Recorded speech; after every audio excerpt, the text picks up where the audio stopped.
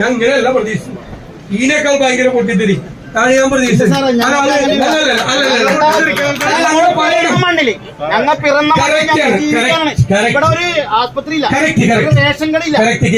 ഒരു മെഡിക്കൽ ഷോപ്പില്ല, ഒരു ബസ് റൂട്ടില്ല. ഞങ്ങൾ ഇവിടെ താമസിക്കണത് ഞങ്ങൾക്ക് ഇത് ഫാറൂഖ് കോളേജിലെന്ന് പറഞ്ഞ് എന്നിട്ടാണ് ഞങ്ങൾ ഈ സ്ഥലം തീരാധാരം മേടിക്കണത്. എന്നിട്ട് ഇപ്പൊ വന്ന ആൾക്കാരൊക്കെ ഇത് ബഹബല്ല എന്നാണ് പറയണത്. ബഹബല്ലെങ്കിൽ നിങ്ങൾക്ക് നേരിട്ട് ചെന്ന് പറയാല്ല. ഞങ്ങൾ അതായത് 3 കൊല്ലമായി 2022 ഞങ്ങൾ ജയിലിൽ കിടക്കണ പോലെയാണ് കിടക്കുന്നത്. 3 കൊല്ലം ജയിലിൽ കിടക്കണ പോലെ. അതായത് ഇവിടെ ഇഷ്ടംമാരെ പാവപ്പെട്ട ആൾക്കാരുണ്ട്. ഇത്തല് വാരിയും ബോട്ടിൽ പോയാൽ ഇപ്പോൾ അറിയാല്ല, കടലിൽ പോയ ഈ എണ്ണക്കാശ് കടവെട്ടണവനാ നഷ്ടമായിരിക്കുള്ളൂ. പിന്നെ ഇത്തല് വാരി പിന്നെ മറ്റുള്ള പണികൾക്കൊക്കെ പോയി ജീവിക്കുന്ന ആൾക്കാരുണ്ട്. അവരിപ്പോ ബാങ്കിൽ ഞങ്ങളുടെ ലോണും പട്ടയൊന്നും കൊടുക്കണില്ലല്ലോ.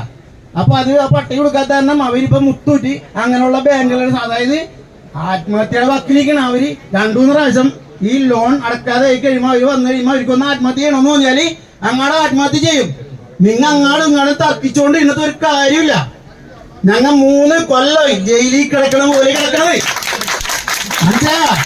നിങ്ങളിപ്പോ മുഖ്യമന്ത്രിനെ കുറ്റം പറയും, മുഖ്യമന്ത്രി നിങ്ങളെ കുറ്റം പറയും. ഇത്ര എനിക്ക് ചോദിക്കാനുള്ളൂ. നിങ്ങൾ എത്രയും ഇത് അതല്ല, ഇത് 51 ദിവസമായി ഇവിടെ നിരാകാരം തുടങ്ങിയിട്ട്. നിങ്ങൾ ഒക്ടോബർ 3-ാം തീയതിയാണ് അവിടെ ഐക്യദാർഢ്യം പ്രഖ്യാപിച്ചുകൊണ്ട് പോയത്.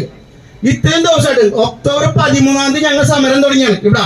എന്നിട്ട് ഇതുവരെ നിങ്ങൾ ഞങ്ങൾക്ക് വേണ്ടി ഒരു സമരമുറകൾ നടത്തിയിട്ടുണ്ട് സാറേ. അതാണ് എനിക്ക് ചോദിക്കാനുള്ളത്. ഇവിടെ BJP കയറി വന്നെന്ന് പറഞ്ഞു. BJP വന്നത് അവർക്ക് സൗകര്യം ഒരുക്കി കൊടുത്തത് നിങ്ങളാണ്. എന്നിട്ട് ഞങ്ങളുടെ അച്ഛന്മാര് വർഗീയത പ്രചരിപ്പിക്കുന്ന വേണ്ട എല്ലാ കാര്യമുണ്ട് സാറേ, എല്ലാ കാര്യമുണ്ടാ. ഇപ്പൊ ഇവിടെ പോണ ജനങ്ങൾ ഞാൻ കാര്യം പറയാം, രാഷ്ട്രീയം കൊണ്ട് ജീവിക്കുന്ന ആൾക്കാരല്ല. ഇവിടെയുള്ള ജനങ്ങളൊക്കെ അവരവരുടെ ജോലിക്ക് പോയിട്ട് ജീവിക്കുന്നതാണ്. രാഷ്ട്രീയം കൊണ്ട് ജീവിക്കുന്ന ആൾക്കാർ വേറെ ഒക്കെ ഉണ്ടാവും. ഞങ്ങൾക്ക് ഇപ്പോഴും ഞാനിപ്പോഴും കടലിൽ പോണേണ്. അതേപോലെ ഇവിടെ 190% ആൾക്കാരും കടലിൽ പോണ ആൾക്കാരാണ്. അവർക്ക് ഇപ്പൊ പോയിട്ട് കടമാണ്. സാറന്മാർക്ക് ഇവിടെ ഉള്ള ജീവിക്കണം. ഇപ്പൊ സാറ് ഇപ്പൊ പറവൂരുള്ള ആളാണെന്ന് പറയുന്നത്. അപ്പൊ സാറിന് അറിയാൻ പറ്റും ഇവിടുത്തെ ഫിഷിംഗ് മേഖല പോയി കഴിഞ്ഞാല് കടം വരല്ലേ എന്ന് പറഞ്ഞാണ് പോണത്. എന്നിട്ട് ഡീസലിനൊക്കെ അത്രയും വിലയാണ്. ഇത്ര എനിക്ക് പറയാനുള്ളൂ. ഞാൻ അദ്ദേഹം പറഞ്ഞ എല്ലാ കാര്യത്തിനോടും ഞാൻ യോജിക്കുകയാണ്. കാരണം എന്താ, അതവിടെ സങ്കടമാണ് പറഞ്ഞത്. ആ സങ്കടമാണ് പറഞ്ഞത് 2022 ഈ റവന്യൂ കരവെടുക്കരുതെന്ന് പറഞ്ഞ് നോട്ടീസ് കിട്ടിയതും മുതൽ ജയിലിൽ കിടക്കുന്ന പോലെയാണ്. ഈ പ്രോപ്പർട്ടി പറയാൻ വയ്ക്കാൻ പറ്റുമോ, വിൽക്കാൻ പറ്റുമോ, ലോൺ എടുക്കാൻ പറ്റുമോ? അതാണ് സങ്കടം. ആ സങ്കടം അദ്ദേഹത്തിന്റെ ഹൃദയത്തിന്റെ ഉള്ളിൽ നിന്ന് വന്ന സങ്കടമാണ്. ആ സങ്കടം പരിഹരിക്കാനാണ് നമ്മൾ ശ്രമിക്കേണ്ടത്. നമ്മൾ വന്ന് രാഷ്ട്രീയമല്ല പറഞ്ഞത്.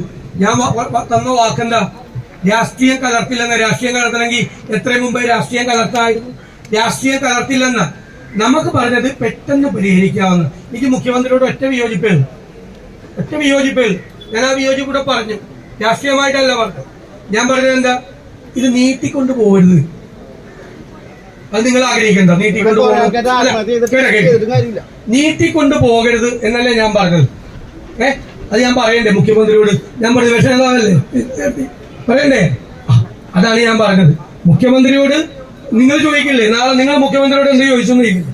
ഞാനാണ് മുഖ്യമന്ത്രിയോട് സർവകക്ഷി യോഗം വിളിക്കണം, ഇവരുടെ വിഷയത്തിൽ തീരുമാനം എടുക്കണം, നിങ്ങൾ ഇത് നീട്ടിക്കൊണ്ടു പോകരുത്, ഇത് 10 മിനിറ്റ് കൊണ്ട് പരിഹരിക്കാവുന്ന പ്രശ്നമാണെന്ന് ഞാൻ മുഖ്യമന്ത്രിയോട് പറയുന്നത്. അത് ഞാൻ ചെയ്തത് തെറ്റാണെങ്കിൽ ഞാൻ സമ്മതിച്ചു. ആ തെറ്റ് ഞാൻ ഇനി ആവർത്തിക്കും. മനസ്സിലായല്ലോ? അത് ഞാൻ പറയും. അതാണ് പറഞ്ഞിരിക്കുന്നത്. അത് ഇനിയും പറയും. പിന്നെ ഇവിടെ വന്ന് ആളുകൾ വഖഫ് ഭൂമിയാണ് എന്ന് പറയുന്നത്. ഇവിടെ ആദ്യം വന്നത് പറഞ്ഞത് ഞങ്ങളാണ്. അത് ഞങ്ങൾ നിയമപരമായ പരിശോധനകൾ നടത്തിയിട്ടാണ് ഞങ്ങൾ പറഞ്ഞത്. ഇന്ന് വഖഫ് അല്ല എന്ന് പറഞ്ഞു. വഖഫ് ആണെന്ന് പറഞ്ഞാൽ ഞാൻ വിശദീകരിച്ചാണ്. പിന്നെ നിങ്ങൾക്ക് ഭൂമി കിട്ടില്ല. വഖഫ് അല്ല എന്ന നിലപാട് ആദ്യം എടുത്ത് ആ നിലപാടിന് ആ ഒക്ടോബറിൽ എടുത്ത നിലപാടാണ്. പിന്നെ ഞാൻ പറയില്ല, നമ്മളെ ഇലക്ഷനായിട്ട് നമ്മൾ അന്ന് പോയി. പിന്നെ ഒരു ഘട്ടം വന്നു കഴിഞ്ഞപ്പോൾ ഇങ്ങോട്ട് വരാൻ പറ്റാത്ത സാഹചര്യം കയറി വളം ഉണ്ടാക്കാണ്. വന്ന ആളുകളെ ചിലരും നിങ്ങളൊന്നും അറിഞ്ഞിട്ടില്ല. നിങ്ങൾ ഈ സമരസമിതിക്കാരും അറിഞ്ഞിട്ടില്ല, ഈ അച്ഛൻ അറിഞ്ഞിട്ടില്ല, ആരും അറിഞ്ഞിട്ടില്ല. ഇവിടെ വന്നവരെയൊക്കെ വഴി കൂടി ആളുകൾ VM സുധീരനെ പോലെ വളരെ അദ്ദേഹം തിരുവനന്തപുരത്ത് നിന്ന് വന്ന മുൻ സ്പീക്കറായിരുന്ന, മുൻ മന്ത്രിയായിരുന്ന ആളാണ്, MP ആയിരുന്ന ആളാണ്. അത് നിങ്ങളെ കാണാൻ വന്നതല്ലേ, നിങ്ങൾക്ക് പിന്തുണ കൊടുക്കാൻ വന്നതല്ലേ. അദ്ദേഹത്തെ ചില ആളുകൾ അവിടെ വെച്ച് അവമാനിച്ചു. ഞങ്ങൾ വേറെ ആരെങ്കിലും ചെയ്യണമെങ്കിൽ ഞങ്ങൾ സമ്മതിക്കുക. ഞങ്ങൾ നിങ്ങളുടെ വിഷയമായതുകൊണ്ട് കണ്ണടച്ച് സാരയില്ല, കോട്ടയം അപ്പൊ അതുകൊണ്ടാണ് ഞങ്ങൾ എല്ലാവരും കൂടി ഞങ്ങൾ വന്നത്. അപ്പൊ ഇടയ്ക്ക് അതാണ് ഞാൻ നിങ്ങളോട് പറഞ്ഞത്, ഇത് വേണ്ടാത്ത ആളുകൾ ഇതിന്റെ ഇടയിൽ നിന്ന് രാഷ്ട്രീയക്കാരൻ ആരായാലും വേണ്ടാത്ത രീതിയിൽ നിങ്ങളെ ഉപയോഗിക്കാൻ നിങ്ങൾ സമ്മതിക്കാറുണ്ട് മതി. നമുക്ക് പരിഹാരം ഉണ്ടാവും. പരിഹാരം ഉണ്ടാവുന്നത് വരെ നമ്മൾ കൂടെ ഉണ്ടാവും. മനസ്സിലായില്ലേ? നിങ്ങളെല്ലാം കഷ്ടപ്പെടുന്ന തീരപ്രദേശത്ത് ജീവിക്കുന്ന, ബോട്ടിൽ പോകുന്ന, വഞ്ചിക്ക് പോകുന്ന സാധാരണക്കാരായ മനുഷ്യരാണ്. ആ സങ്കടം ഉണ്ടാവും. ഞാൻ ഇങ്ങനെയല്ല പ്രതീക്ഷിച്ചു. ഇതിനേക്കാൾ ഭയങ്കര പൊട്ടിത്തിരി ആണ് ഞാൻ പ്രതീക്ഷിച്ചത്. ഞങ്ങൾ പിറന്ന ഇവിടെ ഒരു ആസ്പത്രിയില്ല, റേഷൻ കടയില്ല, ഒരു മെഡിക്കൽ ഷോപ്പില്ല, ഒരു ബസ് റൂട്ടില്ല. ഞങ്ങൾ ഇവിടെ താമസിക്കണത് ഞങ്ങൾക്ക് കടലിൽ പോകാൻ വേണ്ടിയാണ്. ഞങ്ങളുടെ ഉപജീവനമാർഗം ഞങ്ങളുടെ കടലമ്മയാണ്. വെയിലാണ് ഞങ്ങൾ താമസിക്കണത്. അല്ലെങ്കിൽ ഞങ്ങൾക്ക് അവിടെ അങ്ങനെ തന്നെ പറയണം കേട്ടോ, അങ്ങനെ തന്നെ പറയണം. അപ്പൊ ഞാൻ വിരിഞ്ഞത്ത് 140 ദിവസം സമരം തന്നെ പല പ്രാവശ്യം പോയാളാണ് ഞാൻ പ്രതിപക്ഷത്തുള്ള ആളാണ്. എന്നാലും എന്നെ കാണുമ്പോ ഭയങ്കരമായിട്ട് ചൂടാവും, ഭയങ്കരമായിട്ട് ദേഷ്യപ്പെടും. ഒരു 5 മിനിറ്റ് നേരത്തേക്കുള്ളൂ. അത് കഴിഞ്ഞാൽ പിന്നെ എന്റെ അടുത്ത് വന്നിരിക്കും സമരത്തിന്റെ അടുത്ത്. 2 രീതി അറിയുള്ളൂ കടപ്പുറത്തുള്ള. ഒന്ന് ഭയങ്കരമായിട്ട് ദേഷ്യപ്പെടാം, ഒന്ന് ഭയങ്കരമായിട്ട് സ്നേഹിക്കാൻ. അല്ലേ? അത് അറിയണ്ടേ അല്ലേ? ഇപ്പൊ കണ്ടോ മോൻ നോക്കിയേ, അതാണ് ആ സ്നേഹം എന്ന് പറയുന്നത്. അതാണ് നമ്മളെത്ര കള്ളത്തരയില്ല. അതുകൊണ്ടാണ് അല്ല ഞാൻ സീരിയസ് ആയിട്ട് പറഞ്ഞ നിഷ്കളങ്കരായ മനുഷ്യരാണ്.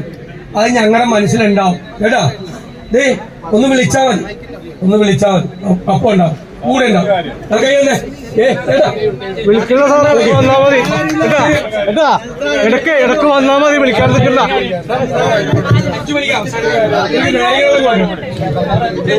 വിളിക്കാൻ നിൽക്കുന്നത്